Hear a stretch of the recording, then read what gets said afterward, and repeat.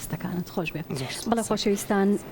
تەوەری ئەمڕۆمان باس لە کاریگەری ئامێرە میوزیکەکان دەکەین و ڕنگدانەوەی لە ناو موزیکی جیهانیدا هەروەها دیارترین ئەو ئامێرە میوزیکیە کوردیانەی کە بە درێژایی مێژووی مۆزیک ئامادەیان هەبووە. قسە و باس دەربارەی هەم ئامێرە میوزیکەکان و هەم ڕنگدانەوەی ئامێرە میوزیکە کوردیەکان لە ناو فۆلکلۆری جیهانیدا و لە ناو مۆزیکی جیهانیدا کەم بە ئامادەبوونی زۆر بەڕێز ڕێژوان تەهان و سەر و موزیکژن. بەخێر هاتی کاک ڕێژوان، بەخێربێی سەرچاومە. دیارترین ئەو ئامێرە میوزیکیانەی کە بە درێژایی مێژوو ئامادەیان هەبووە لە ناو مۆزیکی کوردیا چی بوون؟ ڕاستی ئێمە کوردستانی خۆمان یاخود زاگرۆز وەکو لانکەی ژیاری و لانکەی شارستانیەت ئەتوانین بڵێن کۆنتترین ئامێرەکانی لێبووە و نزیکترین لەم شێوەداڕشتنی ئەمڕۆوە. ئەو ئامێرانی کە لە کوردستانە هەبوون یاخود بە درێژایی زنجیرە چیاکانی زاگرۆز لە ناوچەکەدا هەبوون، کۆمەڵێک ئامێری جۆرا و جۆرن بە پێی ناوچە و بە پێی جوگرافیایی جیاوازی کوردستان دەگۆڕێن. بۆ نمونێ ساگەر تەماشای باکووری کوردستان بکەین، ئەگەر دەبینین لە دێرسیم و لەو ناوچانە لە لای چیای منزور و لەو دەوروبەرە لە ئەرزەڕۆم و ئەرزنجان ئامێرێک هەبووە تەمبور کە ئەوەی سالای عەلەویەکان باوە جۆرێکە لە تەمبورەوە ئەوان بەکاریێنن. ئامێرێکی پیرۆزیشە، ئامێرێکی پیرۆزە بەڵێ لە لای عەلەویەکان و لە لای کاکەیەکان و دروزیەکانیش با بڵێن. کاتێک دینە باشووری کوردستان تەماشاکەی نەبینین چەند ئامێرێکە بینینەوەی کە دۆزراوەتەوە لە چیا و لە شوێنە دەرینەکانی ئەم ناوچەیەدا، ئەویش ئامێری شمشاڵە و ئامێری دەفە. ئامێری دەف بە درێژایی ئاینەکان هاتووە. ئیدرێ ساشە بینین کە لە تەکیە و خانەقەکانی ئاینی پیرۆزی ئیسلامە ماوەتەوە و گرنگی زۆری پێدرێمە ڕێگێکی دەرینی هەیە لە کووردا و لە ڕۆژهەڵاتی کوردستانیش ئەم جۆرە تەمبورەی کە بە کاکەیەکان یا خۆ دیارستانەکانی بینینەوەیش ئامێرێکی دێرینە. ئامێری شمشاڵیش ئەویش هەرێکێکە لەو ئامێرە دێرینانی کە لە ناوچەکەدا هەبووە. ئامێرێکی سەرەتایی بوو، ئێستاش گۆڕانکاری بەسەر هاتووە لە زۆربەی وڵاتانی ناوچەکەی بینی، بەڵام ئەم شمشاڵە کوردی کە شوانەکان بەدەستیانە یاخود شوانەکان خۆیان دروستیەکەن و کۆنتترین جۆری با بڵین شمشاڵەیە خودنەی ئەو جۆرەیە کە لە کوردستان بەدیەکرێت. زۆر باشە. هەموو ئەو ئامێرانی کە تو ئاماژەت پێکردن ئەو ئامێرانن کە لە ناوچە جیاوازەکانی کوردستانە دۆزراونەتەوە یاخود بە درێژایی مێژوو با بڵین بوونیان هەبووەوە. بەشێکی زۆر لەو ئامێرانە هەتا ئێستا ماونەتەوە، بەڵام ئایا ئەم ئامێرانە لە پارچەکانی کوردستانەوە گوازراونەتەوە؟ بۆ نمونە ئامێرە کوردیە ڕۆژهەڵاتیەکان لە بەشەکانی تری کوردستانە ڕەنگی داوەتەوە؟ ئەو ئامێرانی کە لە هەر بەشێکی کوردستانە هەبێت بە جۆر و بە ستایلێکی دیکە لە پارچەیەکی دیگەی کوردستانیشە هەڵبەتی بینین یاخود لە شار و شارۆچکەیەکی دیکەی کوردەواریشە. بۆ نمونە ئێستا وەکو ئامێری تەمبور یاخود تەمیرەمان باس کرد لە باشووری کوردستان و لە ڕۆژهەڵاتی کوردستان بۆ جۆرەیەوە، لە باکووری کوردستان و لە ڕۆژاوای کوردستان بە جۆرێکی ترە. ئامێری شمشاڵ بە هەمان شێوە یاخود ئەو دەرکەوتانێ و ئامێرانە بۆ نمونە ئەگەر ئامێری تەمیرە تەماشا بکەین چەند جۆرێکی لێ دروست بوو، لەوانە ئامێری سازەکانە، سازی باغڵەمەیە، سازی جوورەیە، دیوانە، هەر جۆرێکی تر بێ. بێگومان لێکەوتی لێ بووە لە ناوچە جیاوازەکانی کوردستانە دەرکەوتێم ئامێرانە بینین بە شکڵ و بە فۆرمی دیکە و لە چوارچێوی دیکە بەکارەیە. زۆر باشە. ئەو ئامێرانە لە ئێستادا بوونیان هەیە لە ناو موزیکی کوردیا؟ ئەو ئامێرانە بێگومان ئێستاش بەکارێنرێن و بینین لە کۆنسرت و لە بۆنە و لە فیستیڤالە جۆرا و جۆرەکاندا بەکارێنرێ، بەڵام بەداخەوە لێرە کێشەیەکەیە ئەم ئامێرانە دراونەتە پاڵ نەتەوەکانی دیکە بە بۆ نێوی کە کورد سەربەخۆییەکی نییە. کورد وەکو نەتەوەیەکی با بڵێن خاوەن خاک خاوەن دەوڵەت نەناسێنراوە، بەڵکو وەکو کەمینە نەتەوەیەک لە ناو وڵاتەکانی ترا ناسێنراوە. ئامێرەکان براوە بۆ دەکرێت بە ئێرانی، دەکرێت بە تورکی، دەکرێت بە عەرەبی، وەکو چۆن ئێستا سازەکان لە باکووری کوردستانە مێژوویەکی دێرینیان هەیە لەکراون بە تورکی یاخود تەمبور لە ڕۆژهەڵاتە. زۆر باشە. لە زۆرێک لە با بڵێن ئەو گروپانەی کە بە تایبەتیش لە دەرەوەی کوردستان لە وڵاتانی ئەوروپا نمایشیان کردووە، زۆرێک لە ئامێرە کوردیەکان بە تایبەتیش ئامێرە کۆنە کوردیەکان لە ناو با بڵێن کۆنسێرتەکانیان یا لە ناو بەرهەمەکانیاندا ڕەنگی داوەتەوە. بە هەمان شێوە لە ئێستادا با بڵێن کاریگەری ئەو ئامێرانە هەیە لەسەر کۆنسێرتەکان و هەوڵ ئەدەن کە ئەو ئامێرە کۆنانە با بڵێن لە کۆنسێرتە ئەوروپایەکان لەو کۆنسێرتانی کە لە وڵاتانی تر سازەکرێت. بەڵێ بێگومان ئێستا تەنانەت لە پەیمانگە و لە زانکۆکانیشا لە کوردستان و لە دەرەوەیە ئەو ئامێرانە ئەخوێندرێەوە ناسێنراون، ئامێرە فۆلکلۆری و ترادیشناڵەکانی ئێمە بێگومان براونەتە دەرەوە لەگەڵ ئۆکسترا کاریان پێکراوە. سا بۆ نمونە کارێکە لەم دوایانەیە کرا بەناوی وڵاتەوە بوو، هونەرمەندانی چوارپارچەی کوردستان بوون بەشداریان کرد، هەڵەنە بەم شارێکی سەلاحەدین دەمیرتاش بوو، دیار دەرسیم کردی بووی ئاوازی بۆ دانابوو. ئەو کۆمەڵە لە ئامێرەکانی ئەوە چەندان کاری تر بێگومان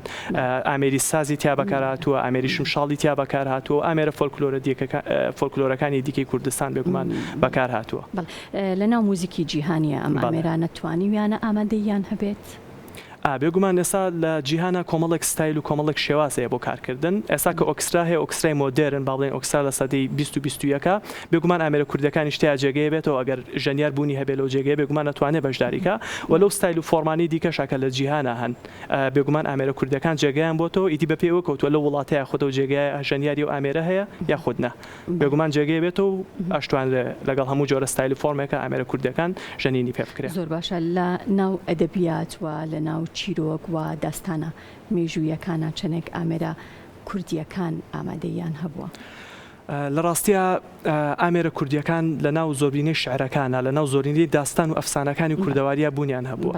تەنانەت دروستبوونی مرۆڤ دروستبوونی ئینسانەتی شەگەڕێنەوە بۆ ئامێرە موزیکەکان کە ڕۆح لە ڕێگەی ئامێرێکی موزیکیەوە چۆتە ناو جەستەی مرۆڤ ئەمە لە زۆربەی ئەفسانە و میتۆلۆژیەکانی ناوچەکەیە هەیە لە کوردستانە و لە ناو شعر و لە ناو ئەدەبیاتی شابێگومان زۆر هەیە ئێستا لە ناو ئەدەبیاتی ئاینەکان ئاگەر تەماشا بکەین ئامێری کەمانچە هەیە ئامێری کەمانچەکە لە لوڕستان و لە ناوچەکانی دەوروبەرا بەکار هاتووە ژەنینی پێکراوە بۆ ئامێری تەمیرە بە هەمان شێوە لە ئەدەبیاتی ئاینیا هەیە چ لە لای ئێزیدەکان چ لە لای یارسانەکان ئامێری دەف بە هەمان شێوەوە شاعیرانی کلاسیکیش بە درێژایی مێژوو ناویم ئامێرانیان هێنا و ئاماژەیان پێکردووە زۆر باشە بۆچی کاتێک کە باسی موزیکی کوردی دەکرێت هەمیشە باسی گۆرانی کوردی دەکرێت زۆر کەمتر باسی موزیک دەکرێت و باسی ئامێرەکان دەکرێت بەڵێ لە ڕاستیە ئەمە کەم ئاگایی ئێمە کە کورد وەکو خۆمان ناناسیم بەڕاستی بۆ جۆری کە هەین و کاتێک ئاماژە بە کوردستانین لە ڕاستیە تەنها شارەکەی خۆمان یا خۆت گوندەکەی خۆمان ئەو شتەمان هێتەوە خەیاڵ بەڵام کوردستان زۆر لەوە گەورەترە ستایلەکان لە مۆسیقای کوردیا لە موزیکی کوردیا جۆرا و جۆرە و ڕەنگە لە هەج ناوچەیەوە بۆ شوێنێکی دیکە بەڕاستی ئەگۆڕێ وەکە ئێمە بەڕاستی بۆی کە مۆسیقای کوردی وەکو خۆی بناسین بزانین چیە پێکاتەکەی چۆنەوە جۆرا و جێرەکەی چۆنە ئەبێ موزیکی سەرجەم پێکاتەکانی کوردستان بناسین بە زازاکیەوە بە لوڕیەوە لە کیەوە فەیلیەوە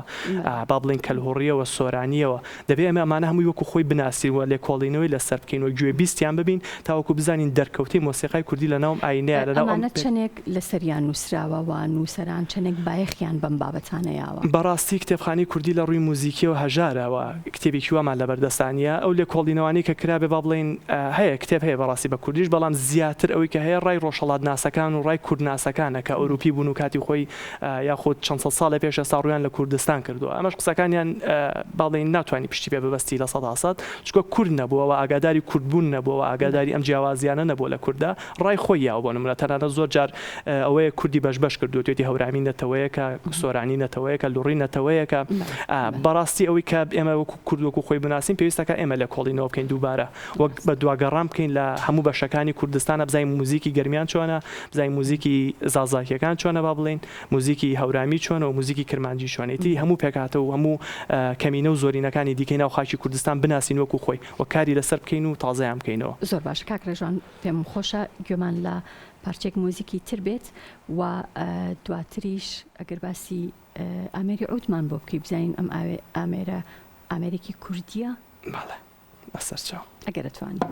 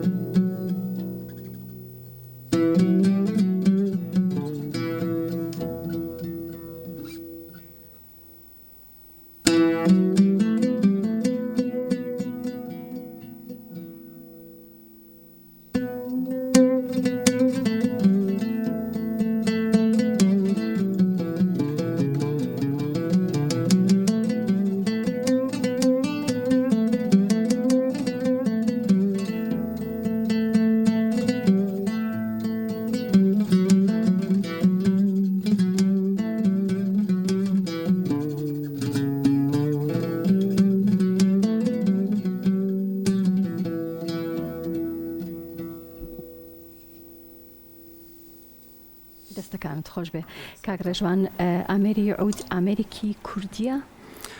لە ڕاستیە ئامێری لەم جۆرە کە هەبووە لە ناوچەکەیەوە لە جیهانە ئامێری تەمیرەیە ئامێری تەمبورە کۆنترینیان و ئەم ئامێرانی کە لەم جۆرەن لەم شێوازن کە بەم جۆرە ئاژەندن هەمویان لەوەوە هاتوون. ڕاستی ئامێری تەمیرە کوردیە و لە کوردستانە بەدی کراوە کۆنترین با بڵین ئەوەی کەماوەتەوە لە چیاکانی کوردستانە بۆ لە ناو ئاین و ناو پێکاتە کوردەکانە بووە. ئامێری عودیش بێگومان هیچێکە لە نەوەکانی ئەم ئامێرە و ئەوەی کە ژەنینی پێکراوە لە سەردەمی ئیسلامە زیاتر بووە لە سەردەمی خلافەت و ئیمپراتۆریەتی ئیسلامیەکانە و ئەو کەسانی ژەنینیان کردو بە ئامێرە کورد بوون. دوان لە گرنگترین و کەسایەتیانی کە ژەنینی بەم ئامێرە کردو ئیسحاقی موسڵی بۆ لەگەڵ زەریابە کوردی مووسڵ بوون لەوێ ژیاونیتی هاتوونەتە بەغدا و لە دیوەخانی ئەوە ژەنینیان بەم ئامێرە کردووە و کورد بە درێژایی مێژوولەوەتی ئەم ئامێرە هەیە ژەنینی بەم ئامێرە کردووە و خزمەتێکی زۆریشی بەم ئامێرە کردووە. دیارترینیان زەریابە و لە ڕۆژهەڵاتی کوردستان و لە ئێرانیش بە هەمان شێوەم ئامێرە هەر هەبووە ژەنینی پێکراوە.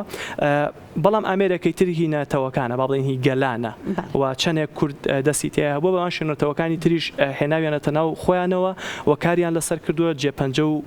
شوێن پەنجەی خۆیان لەسەر ئامێرە بەجێهێشت و داهێنانیان تیا کردووە. زۆر باشە. تۆ بۆ خۆت نووسەری و میوزیسیانیشیت چەندێک بابەتت هەیە دەربارەی ئامێرە کوردیەکان کە لە مێژوودا بوونیان هەبووە؟ ڕاستە من تقریبا ماوەی 10 ساڵێکە بیت لەم بابەتەکەمەوە لە ئۆتی هاتوومەتە ناو دنیای موزیکەوە بیت لە موزیکی کوردی و لێ کۆڵینەوەی لەسەرەکەم و لەگەڵ پسپۆران و لەگەڵ شارەزایانی ئەو بارەیە قسەکەم وای بەستمەوە بە ڕێگە مێژوویەکەیەوە بۆ ماوەی 2-3 ساڵیشە من بەردەوام نووسینم هەیە لە ڕۆژنامەکان و لە ئەکاونتەکانی خۆم با بڵێ و بەرنامە و ڤیدیۆم هەیە لەسەر مۆسیقای کوردی قسەم لەسەر کردوون. بێگومان ئەمەوێ ئەو ڕێگە کوردیان بدۆزمەوە و دووبارە نەوەکانی کوردی پێ ئاشنا بکەمەوە و نەوەکانی کورد ئاشنا بکەم بەم ستایل و بەم شێوازە جیهانی کە لە ناو مۆسیقای کوردیا هەیە بە ئامێرەکانەوە بێ بە موزیک و بە میلۆدیەکانەوە بێ ئیدی بە ڕیتم و بە هەر جۆرێکە لە ناو مۆسیقای کوردیا هەیە دووبارە نوێیان بکەمەوە و ئاشنای بکەمەوە. هیچ بەرهەمێکت هەیە تا ئێستا کە بڵاوت کردبێتەوە؟ ڕاستی لە زۆربەی زۆری ڕۆژنامەکانی باشووری کوردستانە با بڵێن نووسینم هەیە بڵاوم کردوێتەوە و ئیشەڵا بەو زوانە لەوانەیە کتێبێکیش بڵاو بکەینەوە ئامادەکاریم بۆ کردووە و بۆ زوانە چاپە بێت و ئەچێتە بەر دیدەی خوێنەران. زۆر باشە. موزیکی کوردی تا چەندێک ڕەنگی داوەتەوە لە بۆنە نەتەوەییەکان و لە بۆنە ئاینیەکانیشدا ئاماژەت بە هەندێک ئاین کرد وەکو ئاینی یارسانی کە ئامێری تەنبورتیایە ڕەنگی داوەتەوە. باڵێ لە هەموو بۆنەکانی کوردستانە لە ڕاستیە بە موزیکەکرێ و موزیک جێگەی خۆی هەیە. ئەسڵان کورد نەتەوەیەکە با بڵین زیاتر موزیکیە هەر لە مناڵی و بە موزیک پەروەردا بێ ئیدیەگە لە گوندێکیشەوە بێ بەردەوام گوێی لە شمشاڵی شوانەکانە ئەگەر لە خانەوادەیەکی ئاینیشەوە لە دایک بگوێی لە دەفە بەردەوام لە تەشی و خانەقاکانەوە ئەگەر لە هەج ئاینێکی تر بگوێی و ئامێرەیە کە تایبەتە بۆ ئاینە بێگومان کورد نەتەوەیەکی موزیکیە و هەموو بۆنەکانی ڕەبط کردو بە موزیکەوە. تۆ تەماشای جەژنەکانمان کەسا جەژنی نەورۆزە سەراپا بە موزیک و بە هونەرە جوانەکانە ڕابەڕێوە و چەندین جەژنی تر هەبووە لە دێرینە کە لە ڕێی موزیکەوە بەڕاستی پێشکەش کراوە دی موزیک و هونەرەکان بەگشتی وەکو هەڵپەرکیە وەکو شانۆڤەری وەکو هەچ هونەرێکی دیکە و جەنگیش کە لە کوردستانە بەردەوام جەنگی خەی پێگرتوین و داگیرکاریمان لەسەر بۆ بێگومان بەشێکی گرنگی بەرەنگاری کورد لە ڕێگەی موزیکەوە بووە. ئاوە ئێستاشە بینین ئەو داگیرکاریانی کە لەسەر پارچەکانی کوردستانە بەشێکی گرنگی هونەری بەرگریەکەمان مۆسیقاکەیە و موزیکەکەیە ئابینین سەرڕاوی لە جەنگان بەڵام گۆرانی ئەڵێن بەڵام سازەژەنن بەڵام هەڵپەرکیەکەن وایتی لە هەموو بۆنەکانی ترا چ شین بێ چ شایی بێ موزیک بەکار هاتووە بەڕاستی. زۆر باشە. وەکو دواپرسیارم چی بکرێت بۆ ئەوەی کە زیاتر بایەخ بە ئامێرە میوزیکە کوردیەکان بدرێت بە تایبەتیش لە ناوەندەکانی خوێندنە؟ باسی ئامێرەکانمان کرد لە چەند جێگەی دیکە و لێرەش بە کورتی باسمان کرد مادەم ڕێگەکەیان بۆ کوردەگەڕێتەوە نەتەوەکانی دی چۆن دەتوانین ئیسفادەی لێ بکەن بیهێنن و جێپەنجەی خۆیانی لەسەر جێبێڵن. ئێمە کوردیش دەتوانین بەڕاستی گرنگی بۆ بدەین بە دروستکردنی ئامێر بە ئامێرناسی بە ئامێرسازی و بتوانین بیهێنینەوە بۆ کوردستان بۆ لانکە ئەسڵەکەی خۆی بۆ باوەشی کورد. ئەوەمەش گەنجان و موزیسیانان پێویستە گرنگی بەم لایەنەی مۆسیقاش بدەن کە ئامێرسازیە ئەو بتوان ئامێرەکان بکوردێنن زیاتر و ئێستا بینین لە باکووری کوردستان و لە ڕۆژهەڵاتی کوردستانە کارگەی زۆر هەن بۆ دروستکردنی ئامێر و من چەندی کەسیان لێن ئەسمە ئامێرەکان دروست دەکەن بەڵام گرنگە لە باشووریش کە ئێستا سەر بەخۆی نیمچە سەر بەخۆی یەکیا خۆت ئازادیەکی وامان هەیە کە بتوانین بە ناوی کوردەوە کار بکەین بینین دووبارە ئامێرەکان دروست بکەینەوە کاریان لەسەر بکەینەوە. بەڕاستی ئەمە جێگەی خۆیە گرێت و دووبارە ئامێرەکە گەڕێنێتەوە بۆ لانکۆ بۆ باوەشی ڕاستەقینەی خۆی. هەوڵەکانی تۆش جێگای دەستخۆشیە کاکڕێژوان دووبارە بەخێر هاتی. سپاس دەکەم کە میوارەیە لەگەڵ ئێمە بووی. خۆشحاڵ بووم.